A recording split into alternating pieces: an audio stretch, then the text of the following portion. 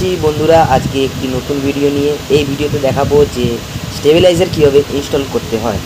তো আজকে এই স্টেবিলাইজারটা যেটা ইনস্টল করব এটা হচ্ছে ভি-গার্ডের স্টেবিলাইজার আছে। এর দামটা অ্যাপ্রক্সিমেট ওই 5,000-এর মতো আসে।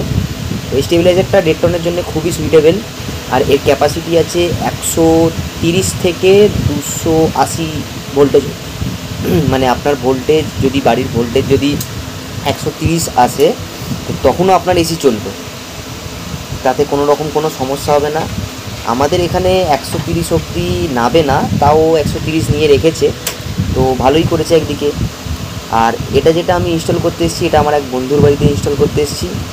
ওর আগে স্টেবিলাইজার ছিল না, তো না থাকার ফলে হয়েছিল কি ভোল্টেজ ফ্ল্যাকচুয়েট করেছিল, যার ফলে ওর ইনডোরের যে পিসিবিটা আছে ইনডোরের পিসিবিটা নষ্ট হয়ে গেছিলো।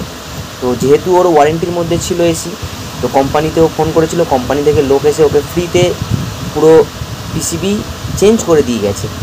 নতুন পিসিবি নিয়ে এসছে, পুরনো পিসিবিটাকে নিয়ে চলে গেছে, ওরা ফিটিং করে দিচ্ছে, খালি ফিটিং চার্জটুকু নিয়েছে, বাকি 1 টাকাও নেয়নি। আপনাদের যদি কোনো রকম কোনো দিনও এরকম সমস্যা আসে আপনারাও কোম্পানিতে যোগাযোগ করবেন। যদি আপনাদের ওয়ারেন্টির মধ্যে থাকে আপনাদের পুরোটাই ফ্রিতে হয়ে যাবে, খালি ওদের সার্ভিস চার্জটুকু লাগবে। আর বাকি স্টেবিলাইজার ইনস্টলেশান এমন কিছুই খুব একটা হ্যাপা নেই, আপনারা দেখলে আপনারাও করতে পারবেন।